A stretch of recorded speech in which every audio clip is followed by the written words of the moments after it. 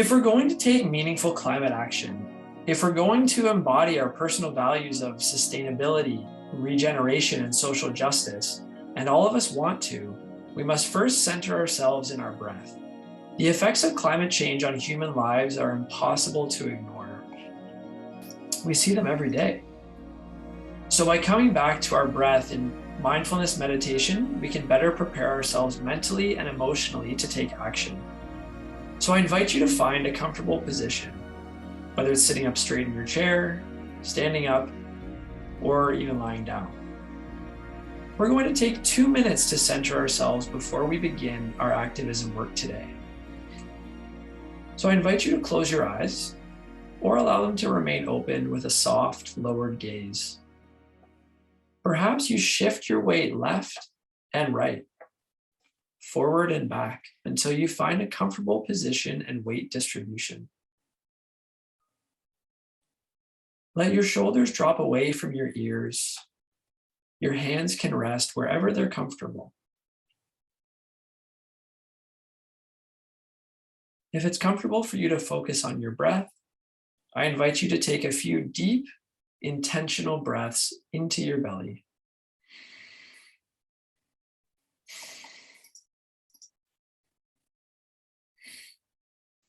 Now, bringing your breath back to its normal cadence or whatever its normal rhythm is for you, just notice. Notice the touch points of your body as they touch the floor. Notice your belly and chest filling with air on the inhale and slowly falling on the exhale. Notice your thoughts, and without judgment, let them come and go. If it's comfortable, I invite you to bring your right hand to your belly and your left hand to your chest, and notice as your hands ride the waves of your own breathing.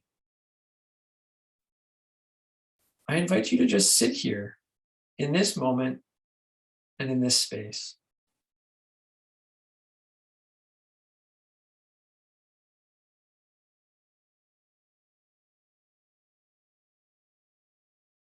When you are ready, slowly bring your attention back to your surroundings. I invite you to open your eyes or lift your gaze and notice the greater sense of awareness and mindfulness you have cultivated during this short practice. So by centering ourselves in meditation before we take up climate action, we better prepare ourselves mentally, emotionally, and psychologically for the tasks ahead. Know that you can come back to this place anytime you're feeling overwhelmed, anxious, or stressed about climate change or your activism. So now I'd like to hear from you. So I have 2 questions for you on Mentimeter. So I invite you now on any device that you have, whether it's a phone or a Chromebook, or perhaps it's your teacher's computer, please go to www.menti.com and type in the code, or alternatively, you can click on the second link I'm going to send in our chat now, which is a direct link to the poll. So when you get to Menti, it will look like this. So my first question for you is, what sentence best describes your school's current actions to address climate change? Is it, my school hasn't done much yet? Is it, my school has a few climate action programs and we're looking to do more? Or is it, my school has many climate action programs and is a leader in youth climate action? So I invite you to respond on the Mentimeter. Okay, we have quite a few of my school has a few climate action programs, but we're looking to add more. We have some my school hasn't done much yet, and that is perfectly fine. That's the reason why we're here today. And we have one of my school has many climate action programs and is a leader in youth climate action. Amazing. Okay, awesome. So the next question I have for you is, in what areas has your school or community taken action on climate change? Or if they haven't taken action on climate change, What areas would you like to see your school take action on? Is it waste reduction and reusing waste? Is it sustainable food production? Active, safe, and sustainable transportation? Is it biodiversity improvement? Reducing carbon emissions? Or maybe it's greening areas through a tree planting program. Or perhaps there's something else on here that I've missed. So after you've responded in the Mentimeter poll, I invite you to share any actions that your school or community have taken with us now in the chat. So feel free to share any examples that you have at your school for everyone else to see. Okay, and if we don't feel comfortable sharing today, that's a-okay. We're gonna have lots of time to talk about different options. Oh, we have one here. Partaking in an online eco competition, amazing. Amazing, coming up with perhaps some ideas on how to combat climate change, good. So we have a lot of students who've answered waste reduction and reusing waste. We have almost the same amount answering greening areas through tree planting programs. We have almost equal amounts answering for biodiversity improvement, transportation, and sustainable food production. We also have quite a few for reducing carbon emissions, and then quite a few other as well. In the chat, we are creating an urban community farm, creating greening areas, waste reduction, and our own Eco Student Summit, which is awesome. Those are all great initiatives. Mrs. T says posters and announcements at school. The battery drive, organizing monthly eco banner competitions, picking up garbage day around the school, boomerang lunches, all amazing initiatives to tackle climate change. Thanks so much for sharing. So someone that we know who has taken action is Greta Thunberg. As I'm sure you all know, Greta Thunberg is a Swedish environmental activist who is known for challenging world leaders to take immediate action on climate change. She has spoken at numerous climate conferences, and her message has been heard around the world. She started the Fridays for Future movement, which I'm sure you're all familiar with. And this movement has expanded around the globe, including here in Toronto. So I'm going to show you a video. And in this video, Thunberg is speaking at the Youth for Climate event in Milan, Italy in September 2021. While you watch the video, I want you to take note of what she says about world leaders and their inaction. And I want you to listen for her perspective on who needs to take action now. Right now, we are still very much speeding in the wrong direction.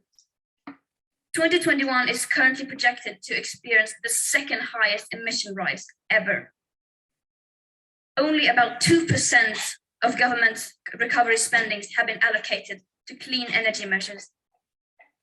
And according to a new report by the UN, global emissions are expected to rise by 16% by 2030 compared to 2010 levels.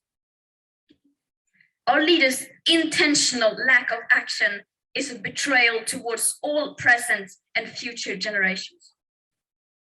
The people in power cannot claim that they are trying, because they are clearly not. If this is what they consider to be climate action, then we don't want it.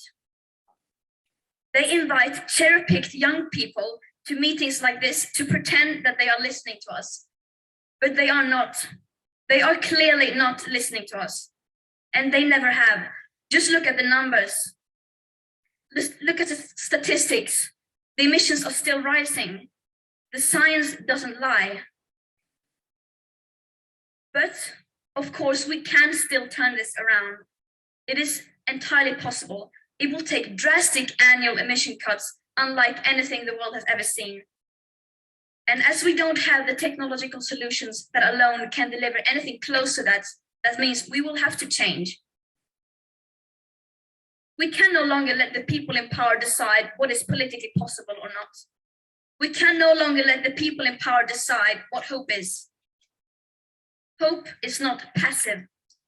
Hope is not blah, blah, blah. Hope is telling the truth. Hope is taking action. And hope always comes from the people. Did you hear me? What do we want? Do we want it? What do we want? When do we want it? The leaders like to say, we can do this. They obviously don't mean it, but we do. We can do this. I'm absolutely convinced that we can.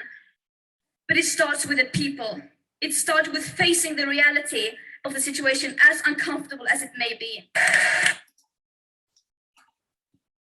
So I invite you now in the chat to tell me, what are some words or phrases that really stuck out to you from Thunberg's speech about action and inaction? Is there anything that stuck out to you about her message to people, to youth, to governments? What is she trying to get across? What is her message here? Yeah, hope comes from the people. So we can see in the chat, hope comes from the people.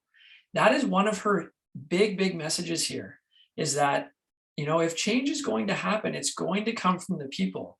You need to be strong and firm. Her voice, right? Her voice, her demeanor is strong and firm. So her message is, you know, if change is going to happen, it's going to come from the people. It's going to come from you, youth, grabbing the reins and saying, we can do this. We can still turn this around. We can make significant change that has never been seen before. We can mobilize, we can rally, we can come together as a global community and do what governments and politicians are too frightened to do, and that is take meaningful action to address climate change. Exactly. We cannot solely depend on leaders to make changes. We need to make the change that we want to see. People need to make the change. People in power are not doing anything. World leaders aren't as serious about climate justice as the people are. It starts with the people. If we want to do something, don't wait for others' actions. We need to take action. And inaction is a betrayal to future generations. All fantastic points. And these are all points that she makes in her message. So one of her key themes is hope is taking action. We had a few people in the chat point that out. What does taking hands-on climate action mean to you? So I invite you to share any ideas about what this phrase means to you now in the chat. Maybe you use some of the pictures here to help you communicate what taking hands-on climate action means to you. Of course, that's why we're all here today, is how can we take hands-on climate action? So what does this mean to you? While you're thinking about what to write, I'll throw up here some ideas.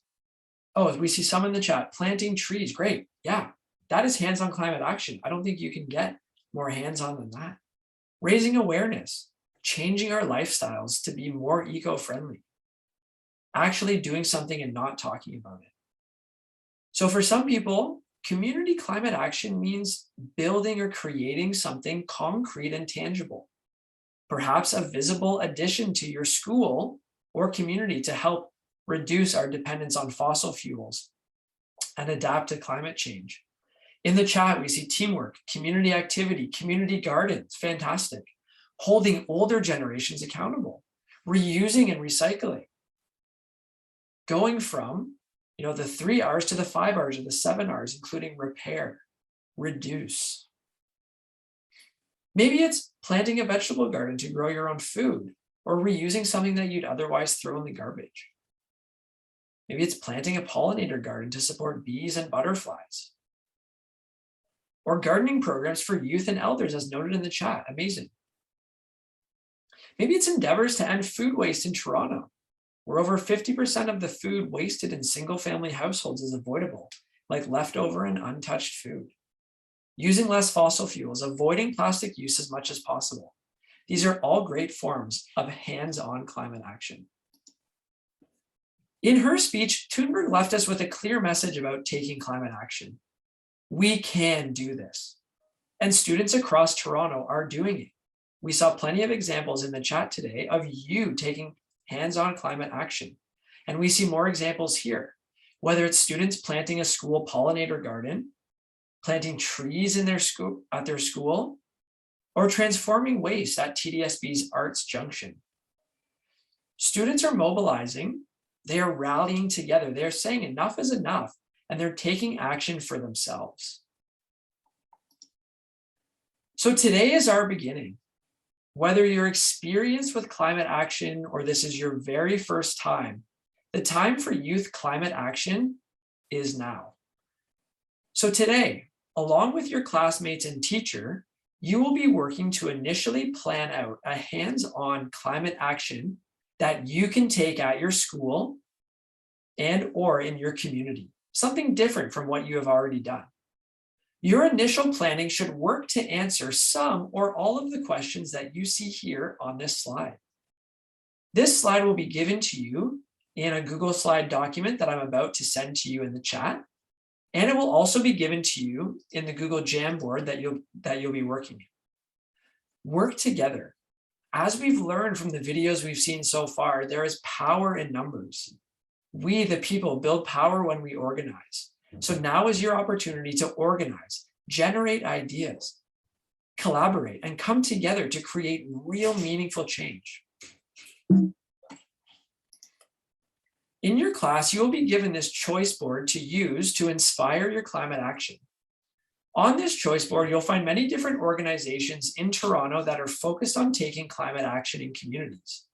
Some of these organizations have existing school programs, while there exists in others the potential for school partnerships moving forward. I invite you to explore some of these organizations while you're talking with your classmates and your teachers about your climate action. Perhaps your climate action aims to partner with one or more of these organizations. Or perhaps you use their actions and their ideas to inspire the topics and themes of your climate action. So without further ado, let's get into our Jamboards and start taking climate action.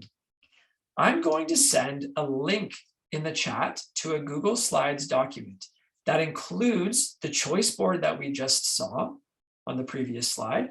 And it also includes this slide, which will allow you to access your Jamboard. All you have to do is find your school or teacher name and click on the hyperlink Jamboard number beside your school or teacher name. This will open your class's Jamboard in a new window. All of your work can be done on the Jamboard using text boxes and sticky notes. Also included in this Google Slides document are discussion questions and some examples of taking hands-on climate action that we had seen earlier. Feel free to use these examples to inspire your climate action. You'll have about 15 minutes to discuss ideas and plans with your teacher and classmates. I'll put a timer up on the screen to give you an idea of how much time you have remaining before we come back together. Remember, this is just the beginning. You don't have to plan your entire climate action in these 15 minutes. Use these 15 minutes to plant the seeds of your action to generate ideas for climate actions that your class can take and bring back to your classroom for you and your teachers to build on over time. So at this time, please ensure that your microphones are muted so that your discussions don't interrupt other classes' discussions, and you may now access your Jamboards. Good luck. For the last few minutes that we have here, I invite anyone who is interested to share any ideas that their group came up with. So you can share in the chat, or you can raise your hand and unmute and share verbally if you like. So please come back to the presentation. And if you do want to share, if you're interested in sharing, if you're comfortable sharing, I'm sure we'd all love to hear what some of your plans are. Yes, Sean. All right, go ahead, Lavana. Okay. So our goal and purpose and objective is that we could use our old tires at our school to create a poly-tire garden. This will support our urban farm, and our target audience is our school's community. And our promotion is that we're going to use social media and school ads. And our partnerships and resources are teachers at our school, Green Industries, Durham College Horticultural Program, and food truck.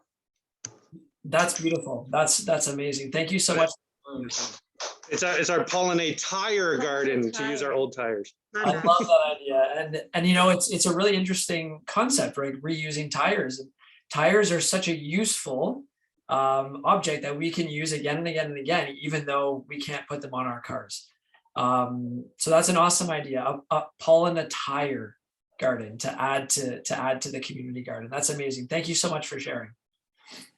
Would anyone else like to share? Okay, so if you would like to share, I invite you to share in the chat for everyone to see. But at this time, I wanted to bring your attention to the new City of Toronto Youth Climate Action Grant.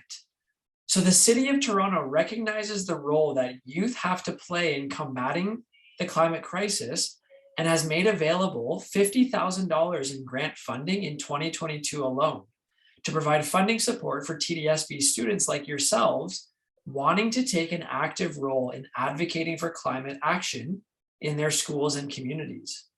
This means that the climate action that you started planning today with your classmates will be eligible for funding of up to $1,000. This is game-changing for you and your climate actions. And this will help propel your climate action forward. So I encourage you to take advantage of this. Someone from the City of Toronto will be speaking about this grant in more detail and how to apply for this grant at the end of the summit. So make sure you take note of what they have to say. And I challenge you to bring your ideas that you came up with today into actions and apply for this grant and use this funding towards your climate action. So I'm going to leave you here with this quote. Ernest Hemingway said, "The earth is a fine place and worth fighting for." And indeed, our purpose here today was to come together to share ideas and to plant the seeds for real, meaningful, and significant community change. Earth needs its people now more than ever, and there isn't a larger, more motivated, more engaged, and more determined group than you, the youth of this city, of this country, of this planet. Now is the time to make your voices heard, to put your plans into action, and to make waves that will ripple across the world. So I challenge you, go get it. Thank you very much for participating today and for adding your voice to those who are participating in climate activism. That's the end of our presentation today. I hope that you were able to generate a lot of good ideas and brainstorming with your classmates. If you have any questions, feel free to post them in the chat, or you can unmute now and ask them. Otherwise, I think your next session begins in a couple of minutes. So I will let you leave the room. And if you do have any questions, you can stick around and ask me. Thank you very much. Go ahead.